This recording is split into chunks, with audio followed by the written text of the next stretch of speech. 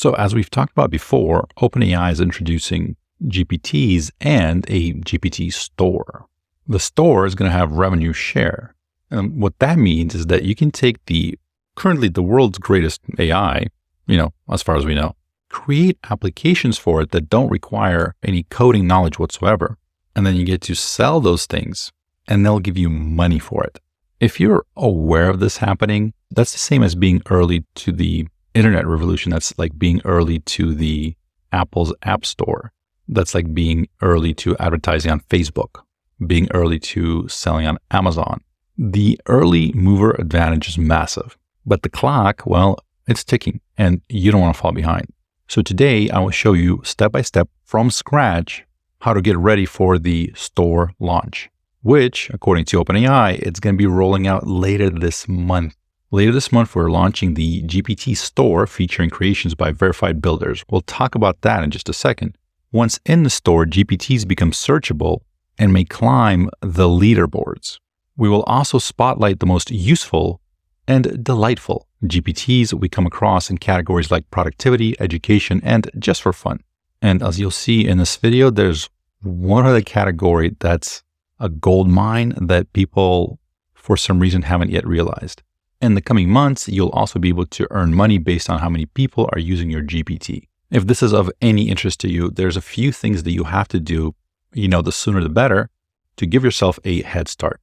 While everything is still very fluid right now, we don't know how a lot of these things will work. We don't know how we're getting paid. Is it per use, per download? Is it the percentage of the tokens that they use? We have no idea. But a few things are falling into place. So really fast, let's take a look at that. So in this video, we're talking about the OpenAI store that's launching later this month. By the time you see this video, it might launch any day now. So be ready. So the first thing to understand is a lot of this is going to be no code. If you're not a coder, if you haven't put in the 10,000 hours it's needed to get great at software development, that's okay. You don't need to code. If you have a coding background or you're kind of tech savvy, there's going to be a few things you can do that's going to help out. But a lot of this is not just available to the top tier software developers. This is surprisingly really, really open. That's why I feel like when most people figure out what's happening here, they're going to wish they started earlier. 2, it really does seem like a lot of this is going to be centered around what they're calling the builders. So each person, each developer that's on there, they're called builders right now. And the cool thing is they're going to be able to kind of showcase what they have, what they're doing. So it's almost like a brand underneath which they're publishing their GPTs. And based on what I'm seeing, I think what that's going to look like is that the key to winning this game isn't going to be those one-off amazing GPTs that you launch. It's more going to be about building your reputation as a builder and most likely having some sort of a niche or some sort of like a focused area. So for example, let's say you are a productivity guru. If you build GPTs that help your tribe, your people, your target customer market, whatever you want to call that, if you're building GPTs that help them, they're going to start using more and more of your GPTs. They're going to be inside your sort of little ecosystem. So what I think this means is you got to build a suite of products. Is that how you spell suite? You know what I mean? Like a bunch of products, a portfolio of products, specifically ones that kind of help each other out. Synergy, as it's called.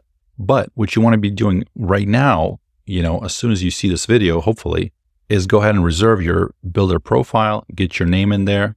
We'll talk about the right way of doing that in just a second. But you want to think about like what you want to be called in there and reserve that name and maybe put up 1 or 2 GPTs to kind of like claim that territory. And most likely how this will look, or at least how I would think about it, is I would think about it as a front end and a back end. There's a great book called Ready, Fire, Aim that talks about building businesses. And I think it's very applicable here. Notice the book's title is not Ready, Aim, and then Fire. It says, fire and then aim. And so one of the key things in that book that it's talking about is like, how does a business grow? So in this case, when we're talking about a business, I think the GPT store, the builders, it's going to be similar to a business. Your front-end products are ones that bring new customers, that says customers. So this is the stuff that's the hot, exciting, hypey stuff that gets people excited to download your thing. And then the back end, that's your bread and butter. That's the stuff that people will be coming back to and using and engaging with over time. So this is your returning customers. So I would think of your GPTs as products, some targeted at bringing new people into your ecosystem. So it could be something that a lot of people want. You have a solution that brings in a lot of people, kind of like a funnel, right? This is where the majority of people will use it, but your core audience filters through to a smaller and smaller section. And this is kind of your core audience. And again, that could be anything. That could be productivity, that could be gaming, that could be coding, that could be finances, that could be travel, budgeting, accounting, organizing your home automation, whatever. The point is, I think the mistake is going to be if you're just trying to go in all directions at once, chasing the shiny object. You hear somebody's doing a finance app, you're like, ooh, I want to do a finance app. You hear somebody's doing a medical app, ooh, I want to do a medical app. Running in all the different directions at once will most likely be a mistake. Focusing and drilling down to the core of what you want to do will most likely be the way to go. So what do you do? What are you good at? What's your expertise? But again, I think that the people that are going to win are going to think about their builder profile as a company. You want to be like the Warren Buffett of GPTs or Steve Jobs of GPTs. You want to produce cool stuff for the needs of your customers. So I started in the sort of the online game in 2011. And now we're pretty much in 2024 now. So I've seen a lot of launches like this. I don't know how this one's going to go, but I've seen enough to be pretty confident that I know how a lot of it is going to go. When the store launches, people will be printing money. OpenAI is going to be super cool. They're going to let everybody do whatever they want. It's going to be this amazing, wonderful thing. The same thing happened with Amazon and Facebook, and pretty much anything you can think of, the early mover advantage is usually huge. Later, however, things get tightened up. You have more competition. You have more rules. The company starts clamping down on some behavior. Again, in the beginning, they just want the users. They want you to bring in as many people as possible, as many sales as possible, whether you're Facebook or Amazon or Google or whoever, or OpenAI in this case. They just want you to build and get more people on board. They just want to keep improving, increasing, etc. But later, there's more competition. There's more people that have built moats. You have more rules. They don't want the little guys messing around anymore and trying to hack their way around the rules and stuff like that. So there's more rules. They're more enforced. And usually what that means is you're going to have a few big players and a lot of the little guys. So over time, the people that are doing it right will grow bigger. I always have this fear that I'll accidentally draw something inappropriate, but nothing here is meant to be anything naughty. Don't worry. But the point is, it'll get harder for the little guys to rise up. They'll be moving down and the bigger people will move up. So I think the key to winning here is, one, think long term. Don't think about, you got to move fast, but you also got to move fast in the right direction. Two, give value. At the end of the day, what you're supposed to provide to the end user, to the consumer, to the customer is value. If you're just trying to extract, you're trying to do it short term. You're trying to make something in the short term. In general, that might work. It for a little bit, it really might. People have made money with short-term thinking and trying to extract money. That exists. That's very real. But they don't tend to stick around. You want to keep moving up in the world by thinking long-term, giving value. And another thing, like we talked about, is focus. So you want to have a suite of products. Your front end brings people in, and then you give them more stuff and more stuff and more stuff, and they keep going in a circle within your little ecosystem of apps. With that said, let's get started. So I'm going to build a store or a builder profile from scratch. I'm going to create a brand new account. You'll see me add a credit card and build out the store and add a website. And I'm going to build a few quick rapid fire GPTs to kind of populate that store. And we're going to set them to be public. You can check those out in the description below. Keep in mind, they're just beta. So if they break, don't be upset, because I just created them in like 5 minutes each. And you'll see me do that live. But over time, I'm going to start improving them and hopefully make them more useful. And as we continue, I'll share the data and the findings with you to hopefully give you sort of a inside look into how this whole thing works. All right, let's get started.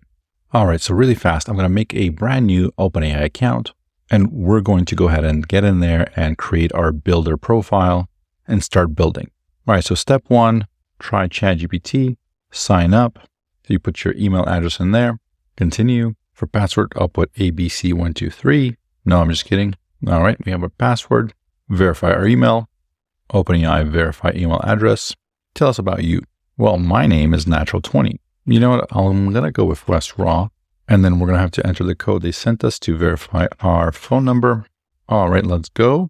So I think here we're going to have to upgrade in order to have access to all the features. So I'm going to go ahead and upgrade to Plus. Carmel Mountain Road, San Diego. Let's go. Success. So I've just traveled about 10 minutes in the future to show you this. This is what your builder profile will look like. Notice what it says there. Name is populated from your billing details. And I'm not able to change it. So it sounds like whatever you put in the billing details under name is what's going to show up here. All right, next we're going to head over to My GPTs. We will click on Create a GPT. All right, so I'll click Create one called Home Base. And in the description, it tells you about all the products that Wes Roth has in store.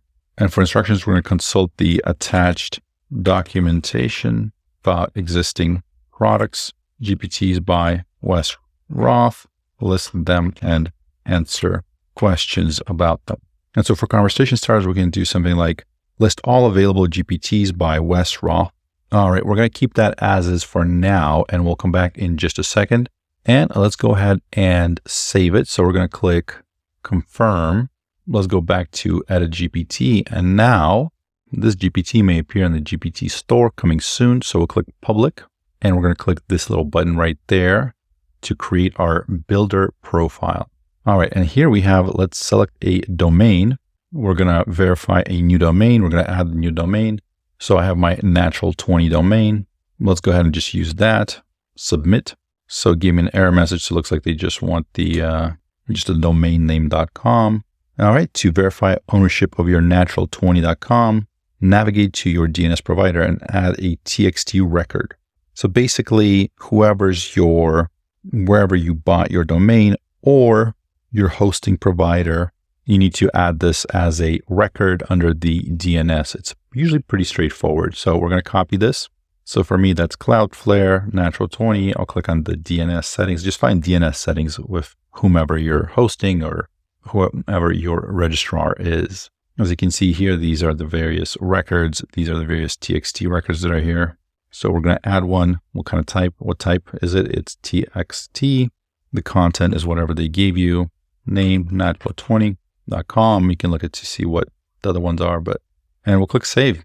So there it is. It's a TXT record, Natural20 OpenAI domain verification.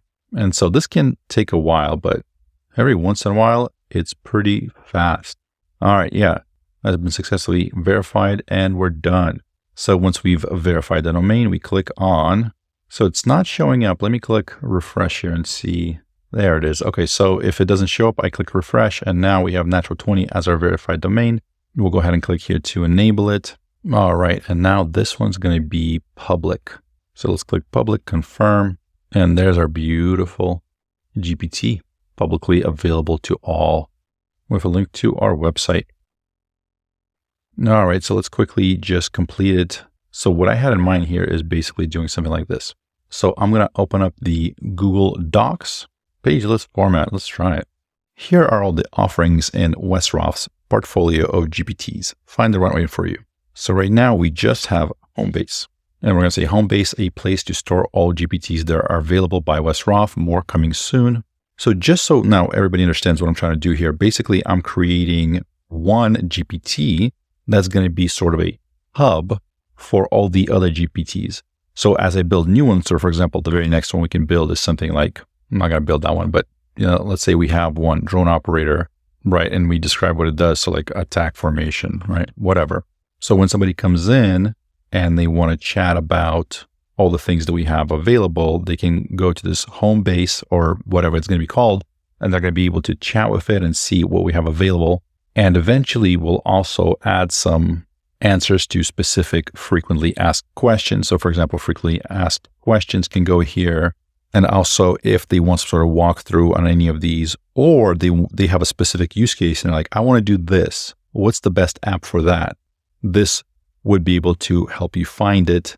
So for example, you might add for Homebase, we might add useful for finding GPTs for specific use cases, etc. All right. So for the time being, let's just save this one. You know what? I'm going to try this plain text. That just might be a little bit easier and faster. All right, we'll go back to configure, upload files. That's going to be our knowledge base. And then we're going to upload the Homebase GPT. So now we're going to have to update it every time we get new ones. We're going to, fully develop it, flesh it out, make sure that everything's available. All right, so I think we're done. Let's go ahead and update it for the public. And let's view our GPT. All right, so this is Homebase. And here's our conversation starter. So list all the available GPTs by Wes Roth. It's searching its knowledge base. Very cool. Okay, so it listed Homebase and it listed the drone operator. This GPT is specialized in attack formation. All right, so yeah, it's working. It's doing what we need it to do. I'm going to go ahead and delete that drone operation thing. That's silly. All right, save. All right, and now we're going to go back to edit GPT and configure, and we're going to go ahead and update this one. So it's going to be important if you do something like this to keep it updated. Eventually, we're probably going to have to build something that does it automatically because you don't want to be updating this every single time. So probably create some sort of a link to where all those are listed and automatically get the details on all of those. All right, so there we go. That's our first GPT that's created and is now public. All right, next, there's one thing that I want to create that's actually going to help me find other GPTs that are available for us to use and to see. So let's create a GPT. I'm going to skip the GPT builder because sometimes that gives me weird stuff. Name, we're going to call it Find the Perfect GPT for you. Description, this searches for the perfect GPT for your use case. Just tell what you want and it will get busy finding the perfect GPT for your need. All right, so when you're doing a Google search, you can use this parameter in URL : and then specify what has to appear in the URL that you're searching. So for example, if we only wanted to search things under this URL, we can do that. Let me show you how that works. We'll open up Google here and we'll search like that.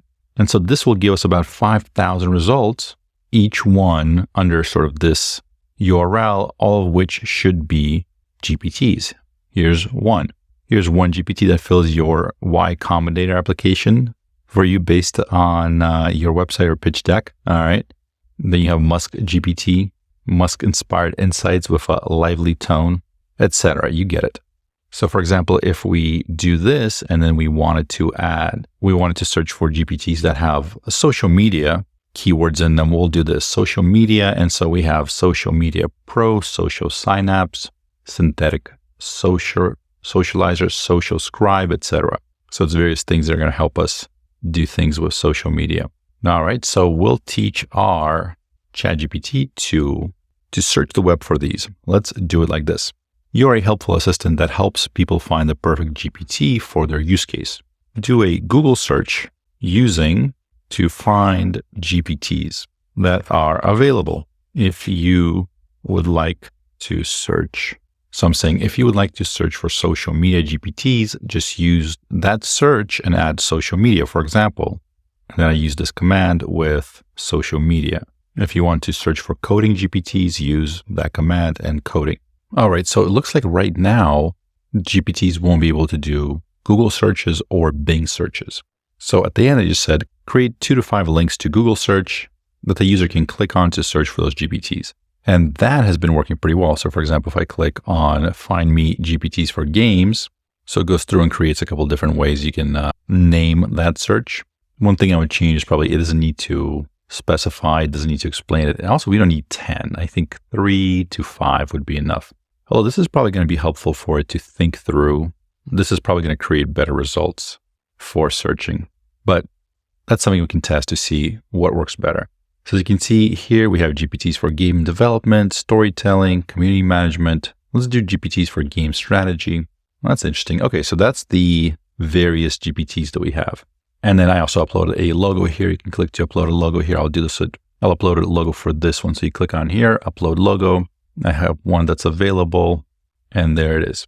Now you might be wondering, what are some of the use cases for this Find the Perfect GPT? Well, if you're building GPTs, one roguish thing you can do is you can spy on the competition, or at least check how competitive certain markets will be. So for example, let's do a quick search on budgeting GPTs. It comes up with a few keywords that could be used. So This is actually pretty good. So budgeting, financial planning, money management, expense tracking, personal finance. So this is great. So it looks like we have a few like personal finance. So personal finance, ask about investments and other personal finance topics, as well as a few other ones. Now, notice here, Google tells you how many results have been returned. In this case, it's about 5. How about budgeting? Let's say budget. What if we search for budget? So it's about 5. We have Voyager, organize and budget your trip. This is interesting. So this is interesting. Actually, I really like how they did this here. So they have the name, sort of the branding name, and then they explain what it does. They got a little, not emoji, whatever, icon.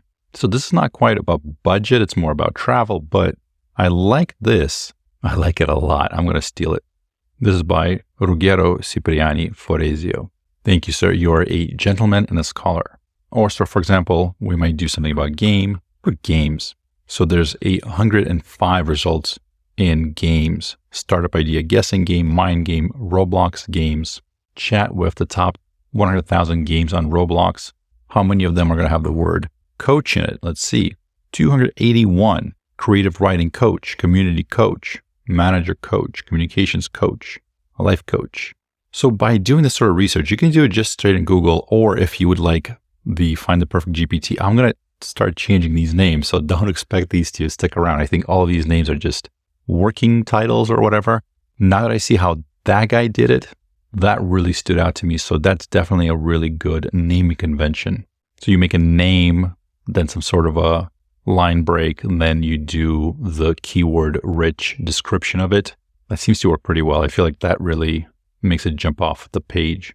Now, keep in mind that the store isn't open yet. The actual OpenAI store isn't open yet. So this becomes sort of the de facto store for the time being. But basically running a few of these will kind of give you an idea for how many people are targeting those ideas. So whether it's finance or fitness or, fitness. But there we go. We got the fitness coaches and the fit GPTs and the fit buddies. So yeah, using this, whether you want to use the app or you want to use an actual Google search or even Bing search, that is going to allow you to quickly kind of get an idea for what people are targeting.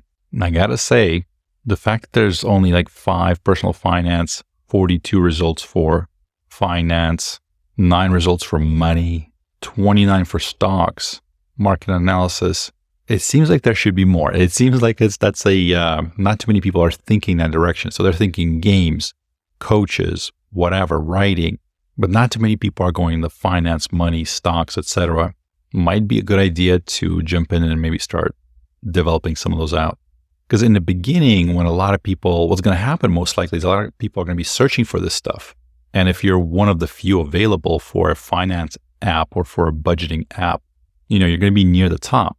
So you're just going to get traffic just for free, basically. And depending on how discovery is made with the OpenAI store, having those early users can be wonderful because that sort of like snowballs how much exposure you have. I mean, a lot of this is guessing. We just don't know how they're going to launch everything, how that's going to work. But it feels like having a few ideas, at least some sort of like a prototype ideas on there, with the name and with some basic functionality, so some bare minimum concept, having something on there like by the end of this week might be a good idea. Wes also created another GPT that takes a video transcription and creates descriptions and video chapters with timestamps. That footage is lost in the annals of history, but you can see how to create a similar YouTube app in our video about assistance.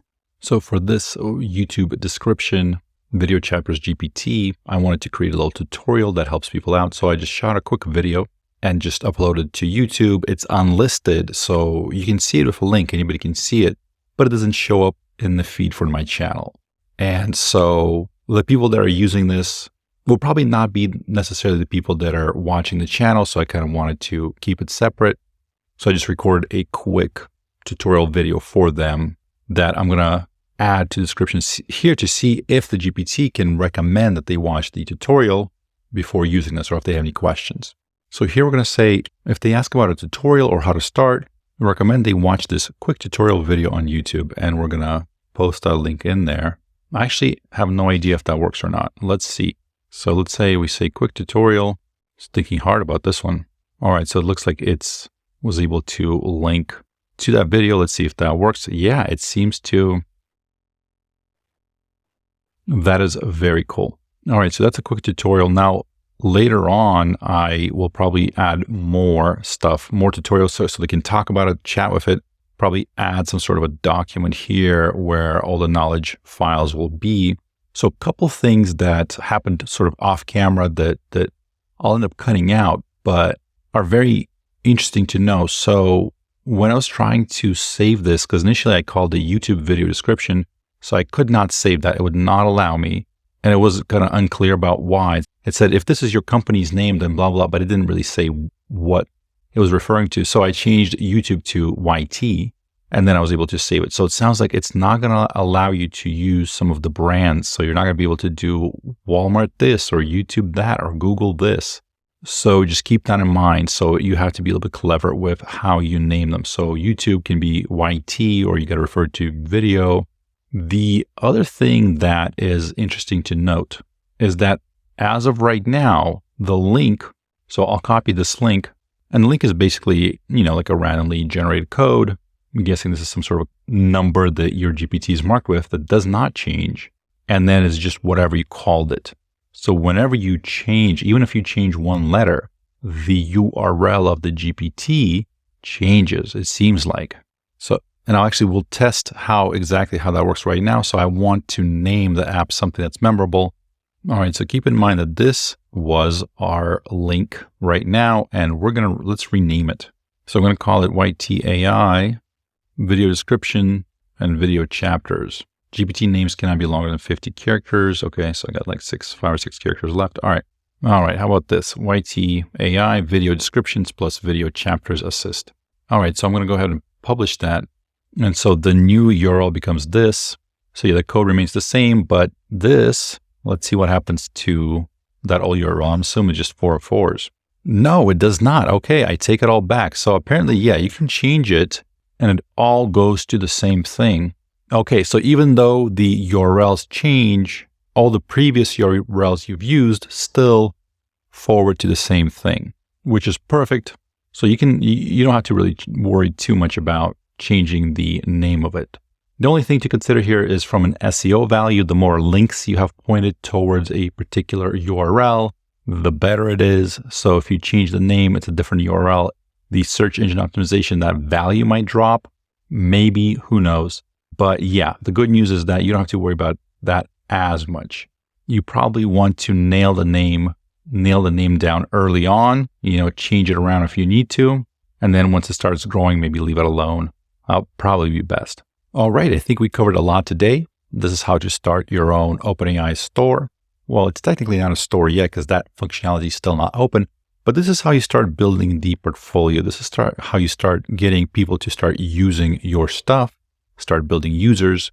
The next piece of the puzzle, I think, will be, for me at least, since I have a URL, a website link to it.